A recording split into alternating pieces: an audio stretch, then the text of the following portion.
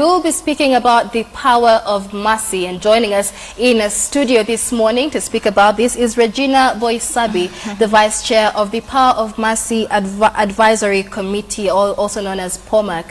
Thank you very much for joining us in studio this morning. Not at all. So this is something that many Kenyans don't know about. So maybe we can begin by telling them what is the power of mercy. Okay. Thank you very much. The power of mercy is actually, in other words, also referred to as the prerogative of mercy. Now, this is provided for under Article 133 of the Constitution, and is a creation actually of the new Constitution 2010 that sought also to reform the criminal justice system. So the power of mercy is actually that power that His Excellency the President has been granted by the Constitution under Article 133 to be able, on receipt of a petition from any convicted criminal offender or convict in any of the correctional facilities or prisons, to be able to pardon them. Now, what Article 33 envisages or provides for is that while the prerogative of mercy is bestowed on His Excellency the President, he cannot exercise the same unless he gets an advisory or recommendation from the Power of Mercy Advisory Committee. And therein comes POMAC. Yes, that's how the Power of Mercy Advisory Committee comes in. So the petitions for pardon or power of mercy are actually addressed to His Excellency the President as per Article 133 of the Constitution. But now, when they have gotten to the President, they then come to the committee for purposes of the committee being able to consider whether those petitions are admissible and whether those petitioners actually deserve pardon or the power of mercy by His Excellency the President. But before we arrive at a decision, we have a very strict criteria. And after we've gone through the strict criteria, we are able then to make recommendations to His Excellency the President. But let me emphasize that even despite the fact that the committee gets to advise His Excellency the President, it's not a must or mandatory that the President must release a convict just because the power of mercy has advised. It's his discretion. He may actually reject a petition. He may also grant it. So I think the emphasis there is that the committee does not release any convicts. It's actually the Excellency the President who releases them, but on the advice of the committee. But so far, His Excellency the President has not rejected any petition. And so the committee's main aim is to receive and review those petitions. But I understand that Attorney General Githu Muigai is the chair of POMAC. You are the vice chair. And you have about 5 other members? So it is a 7-member committee. But I could imagine that you receive hundreds of thousands of petitions. So how do you, as a 7-member committee, then review all of this? Thank you so much. Now, maybe let me just talk a little bit on the composition of the committee. Now, the committee is made up of experts in their various fields. For instance, I'm a lawyer, but we have counselors, we have people who are experts in probation or correctional services, we have teachers, we have religious leaders. Now, the Attorney General is a permanent member of the committee by virtue of his position as the Attorney General of the Republic of Kenya. But the other very important member who sits on the committee is the Cabinet Secretary responsible for correctional services. That's the Honorable Joseph Nkaiseri. And then now we have the other 5 members. We are actually on part-time. We are not full-time, but we have a secretariat that is full-time. So it's true. We have, every convict basically wants to get out of jail. Of course. And this is what happens. We have received thousands of petitions. Majority of the petitions are actually even from short-term serving convicts. And maybe let me just expound. For us as a committee, a short-term serving prisoner is any prisoner who is serving 7 years and below, and actually whom we consider then to have been convicted for petty offenses. Actually, if our judicial system was working very well, these are not people who should be serving custodial sentences. Right. They should actually be doing maybe CSO service, or probation, suspended sentence, or discharged, or whatever. So then we also have the long-term serving prisoners. That is, anybody serving 7 years imprisonment and beyond. That goes to life sentence, even to death row. Yeah. So when we receive petitions from short-term serving petitioners, and mind you, these are the majority of the thousands, you find that first, because when we recommend, I'll be taking you through the criteria that we use. When we recommend, we are guided by, is this person reformed? Are they rehabilitated? It doesn't matter what you are, who you are, what you did before you came to prison. But what's your post-conviction conduct been like? So you find that short-termers, for us, are quite tricky, because first they are petty offenders. Somebody is there for 7 days, another one is there for 1 month.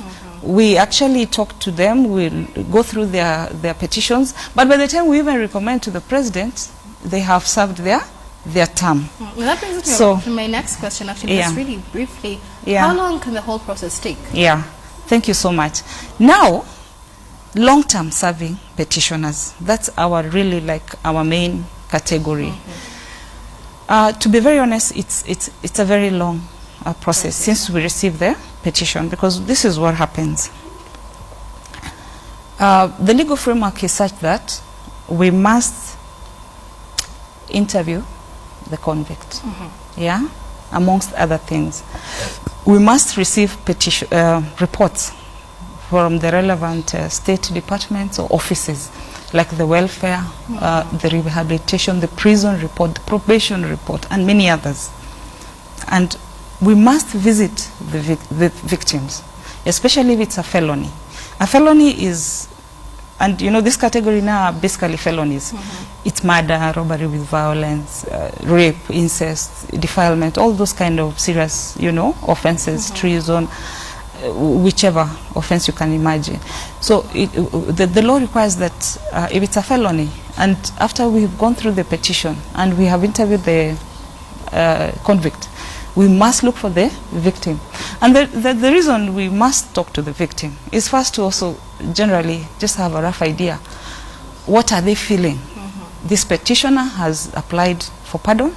In the event the president releases them, what's their take? Most, of course, victims are very bitter. They don't want them to be out. But we also have a function or a duty as a committee to remove that stigma. And just to let people know that, you know, kuteleza sio kuanguka. Hata kufanya kosa si kosa. Kurudia kosa is the main thing. And also, correctional facilities, really the prison department is doing a beautiful job. They have very good rehabilitation programs for these people. You find they have learnt a lot of skills. So these people are no longer the people who went in. So that's the other reason we talk to the victims. But we also look at the nature and the seriousness of the offense. For instance, I mean, if now we're dealing with Al-Shabaab and terror, we receive their petitions all the time. But for us, we want to say, okay, how serious is this offense? So maybe, but those are some of the things. Then we also look at the circumstances of the offense. Now, some people, you know, would have offenses that have put them in prison, but the circumstances are such that they don't have a criminal mind. Maybe, you know, they're just victims of circumstances. So we all look at that so that we are able to tell, are they deserving, are they not deserving. We also look at special circumstances. In prisons, when we visit, because we do the prison interviews in the prisons, you find they are paraplegics. You know, somebody has petitioned, they're actually on some are on wheelchair, others we have to go and interview them in their hospital beds. And sometimes you find that they have special circumstances. They probably are suffering from a terminal illness. And we look at all that, because sometimes you want to give people the opportunity, if they're convicts, to die with dignity in the hands of their family and stuff like that. Then we also look at the post-conviction conduct, but we also look at the state and security interests. We as a committee are very careful not to unleash criminals on society. So we are very careful to check that they must have reformed. their character, their conduct is such that if the president released them, they would not be a danger not only to the state but to the community. And I just want to talk on this. You know, we have convicts who leave correctional facilities. Maybe they have served their sentences, or they have been released on appeal. Now, the society normally confuses those kind of convicts with those who are released under the power of mercy. And for us, really, because the president so far has released over 95, and these are hardcore criminals. And we have a post-monitoring program where we visit them just to see, are they reintegrating well with society? None of them has come into conflict with the law. So I would love the people understand that there's a difference of a convict who has been released under the power of mercy by His Excellency the President, and the ones who are released just, you know, on their own. Yeah, those ones, we cannot vouch for them, and sometimes they're the ones that create a lot of trouble. And then, of course, with the Article 133 now, you don't have the normal amnesties.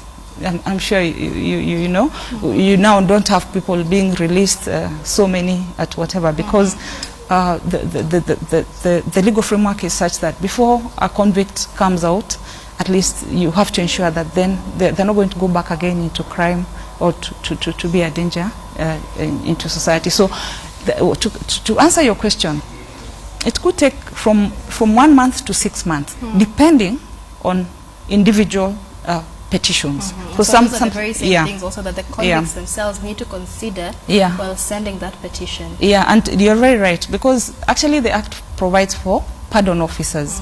These are the people who deal directly with us. They're actually prison officers, and they're gazetted just as power of mercy officers serving in the prison. So they're the ones that educate the convicts on the power of mercy. They tell them about their constitutional right under 133. They help them fill the prescribed forms. But under the law, it's not a must that a petition comes in a prescribed form, because the committee doesn't follow strict, you know, rules of evidence. We are quasi-judicial, but you can send a petition anyhow, and anyone can send a petition on your behalf. It can be an advocate, it can be your friend, it can be your mother, anybody, even a fellow convict.